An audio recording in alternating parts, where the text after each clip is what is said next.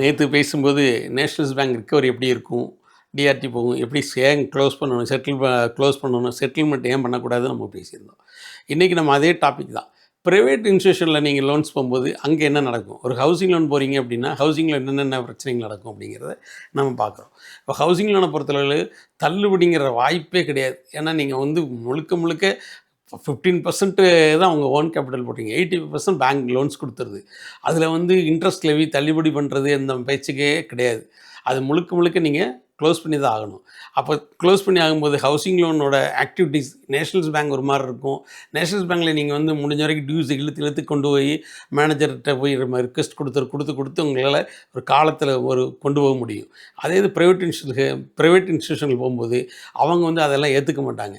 அவங்க நமக்கு 3 மாதம் ஆகிடுச்சு, நீங்கள் லோனை கட்டுறியா இல்லை வீட்டை சப்தி பண்ணவான்னு கேட்பான். நமக்கு ரொம்ப மனசு கஷ்டமாக இருக்கும். நம்ம பார்த்து கட்டின வீடு. ஹவுசிங் லோனுங்கிறது சாதாரண விஷயம் கிடையாது. ஒவ்வொருத்தரோட மனசில் உள்ள கோட்டைகள். அந்த கோட்டைகளை பண்ணும்போது நம்ம என்ன பண்ணுறோம், லோன் வாங்கும்போது மிகப்பெரிய சட்ட சிக்கல்களோடு நம்ம வாடுறோம். முதல்ல ஒரு அப்ரூவலான பில்டிங்கை பார்க்கணும், இடம் எல்லாமே நீங்கள் அதெல்லாம் லீகல் கிளியரன்ஸ்லாம் முடிச்சு தான் அங்கே வர்றோம். அப்படி வந்தாலும் குறைந்தபட்சம் என்னோடய அனுபவத்தில் சொல்கிறேனுங்க, 40% நீங்கள் கேபிட்டலில் உங்களோட ஒர்க்கிங்ஸ் இல்லாமல் நீங்கள் தயவுசெய்து ஹவுசிங் லோனே வாங்கிடாதீங்க. ஹவுசிங் லோனில் முடிஞ்ச வரைக்கும் 40% நம்ம ஃபண்ட் இருக்கணும். ஆனால் பேங்க் சொல்லும் என்னென்னா 85% நான் லோன் தர்றேன், 15% உங்களோடது இருந்தால் போதுன்னு சொல்லும். அதை ஒருபோது நீங்கள் நம்பாதீங்க. ஏன்னா நம்புங்க, அவங்க தந்துடுவாங்க. பட் அது பிரச்சனை கிடையாது. நம்மளால் கட்ட முடியுமா, இதுதாங்க டாபிக். அந்த கட்ட முடியாது அப்படிங்கும்போது நம்ம எதுக்கு அந்த லோனை வாங்கணும்? இல்லை நீங்கள் பட்ஜெட்டை சுருக்கிக்கோங்க. பட்ஜெட்டை சுருக்கிட்டு நீங்கள் ஹவுசிங் லோன் வாங்கினீங்கன்னா உங்களுக்கு எந்த இஷ்யூஸும் கிடையாது. நம்ம உள்ளே போக ஹவுசிங் லோனை பொறுத்தளவு கட்டின வீட்டை வாங்கினாலும் நம்ம உள்ளே போய் செலவு பண்ணணும். நமக்கு தகுந்த மாதிரி இந்த வீடு இருக்காது. அதுக்கு போய் நீங்கள் அடிஷனல் செலவு பண்ணும்போது அக்கா கொடுத்தாங்க, தங்கச்சி கொடுத்தாங்க, அவங்க கொடுத்தாங்கன்னு சொல்லி வாங்கி சிறு தொகையை போட்டு நம்ம பண்ணிடுவோம். நம்ம சொந்தக்காரங்கிட்ட ₹5 நீங்கள் கடன் வாங்கினீங்கன்னா அதை போல் தொந்தரவு உலகத்தில் எதுவுமே கிடையாது. வெளியாள்கிட்டையாக கை நீட்டி வாங்கிடலாம். அவங்கள்ட்ட ஏதாவது போய் வீட்டில் போய் சொல்லிடலாம். சொந்தக்காரங்க நம்ம சொந்த பந்தத்துக்கெல்லாம் ஸ்ப்ரிட் பண்ணி விட்ருவாங்க.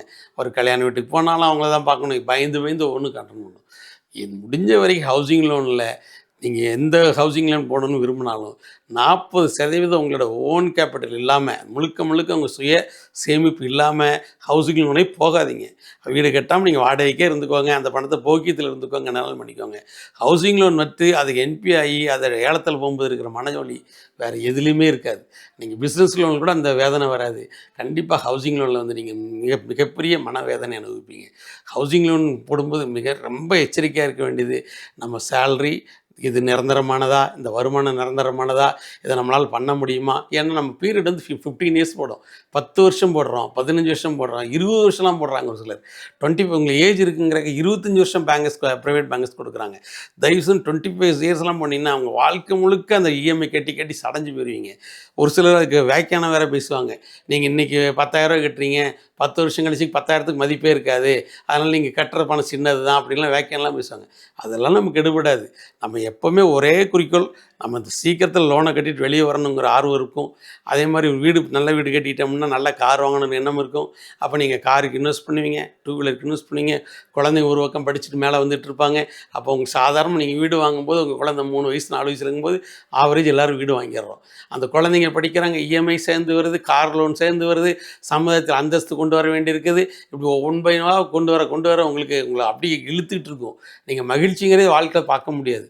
ஒரு வீடுங்கிறது மகிழ்ச்சிக்காக கட்டக்கூடியது. அது ஹவுசிங் லோன் போட்டுக்கணுமா, நம்ம எவ்வளோ கவனமாக கட்டணும் அப்படிங்கிறது நம்ம உன்னிப்பாக கவனிச்சுக்கோங்க. வீடு ஹவுசிங் லோன் போடுறது, கார் லோன் போடுறது, இந்த மாதிரி விஷயங்கள் எல்லாமே ரொம்ப கவனசிரத்தையாக இதை நம்ம பண்ண முடியுமா அப்படிங்கிறதெல்லாம் யோசிச்சுட்டு தான் பண்ணணும். தயவு கூர்ந்து எல்லாம் லோன் வாங்குறதுக்கு முன்னாடி ஒரு முறைக்கு 2 முறை நம்மளால் சமாளிக்க முடியுமான்னு பார்த்துட்டு வாங்குங்க. அடுத்தது நாளைக்கு பேசுவோம்.